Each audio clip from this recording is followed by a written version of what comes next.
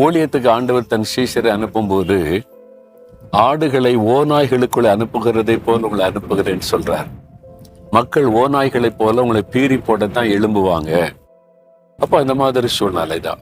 இப்போ இயேசு கிறிஸ்து இந்த உலகத்துல ஊழியம் செய்த போது யாருக்கு என்ன தீமை செய்தார்? எல்லாருக்கும் நன்மை செய்தார். ஒரு ஆளுக்கு அவர் தீமை செய்யவில்லை, நன்மைதான் செய்தார். ஆனாலும் அவரை பகைக்கிற ஒரு கூட்டம் மக்கள் எழும்பினாங்க. பொறாமையினால் அவரை பகைத்தார்கள் என்று பார்க்கிறோம். அது மாதிரி பவுல் ஊழியம் செய்த போது பொறாமையினால் ஒரு கூட்ட மக்கள் எதிர்த்தார்கள். அப்போ நீங்க இருக்கிற இடத்துல, வசிக்கிற இடத்துல, வேலை செய்யற இடத்துல, பிசினஸ் செய்யற இடத்துல, ஊழி செய்யற இடத்துல உங்க மேல பொறாமை கொண்டு சிலர் எழும்பி உங்களை பகைப்பாங்க, தீமை செய்ய நினைப்பாங்க. அவங்க மனுஷர்கள் நல்லவங்க தான், எல்லா மனிதருமே நல்லவங்க தான். ஆனா பிசாசானவன் தான் அவங்களுடைய மனதை தூண்டி பொல்லாத காரியத்தை செய்ய, பொறாமையை உண்டாக்கி அவங்க மூலமா தீமை செய்ய, மனிதர்களை விரோதிக்கிற ஒரு சிந்தனையை உண்டாக்கி விடுகிறான். இப்போ இது தவிர்க்க முடியாத ஒரு காரியம். நம்மளை பகைக்கிறவங்களை தவிர்க்க முடியுமா? இருக்கத்தான் செய்வாங்க.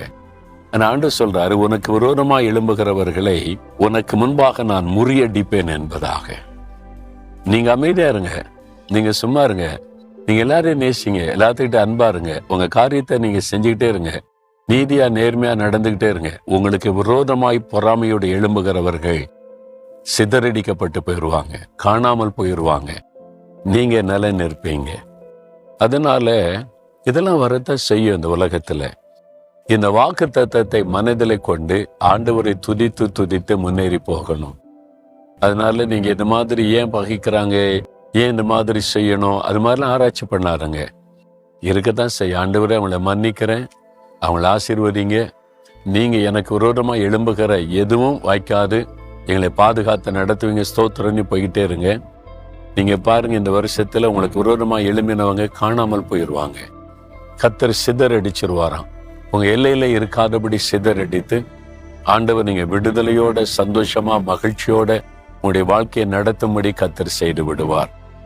அதனால சோர்ந்து போகாம இந்த வாக்கு தத்தத்தை பிடித்து கொண்டு ஜெபம் செய்யுங்க. சரியா? இன்னைக்கு ஏதோ ஒரு பாதிப்பு மனசுல இல்ல, ஏன் இந்த பக்கத்து வீட்டுக்காரங்க என்ன பகைக்கிறாங்க, ஏன் என் கூட வேலை பார்க்கறவங்கள என் மேல நேர்ல அன்பா பேசுறாங்க, வெளியில இது மாதிரி பண்றாங்க, அதெல்லாம் உடைய மனசை பாதிக்குதில்ல, பயப்படாதுங்க. அதுதான் உலகம். ஆனா இயேசுவை நினைத்துக் கொள்ளுங்க, அவருடைய வாக்கு தத்தத்தை பிடித்துக் கொள்ளுங்க. ஒன்றும் உங்களை சேதப்படுத்த முடியாது, அழிச்சிட முடியாது.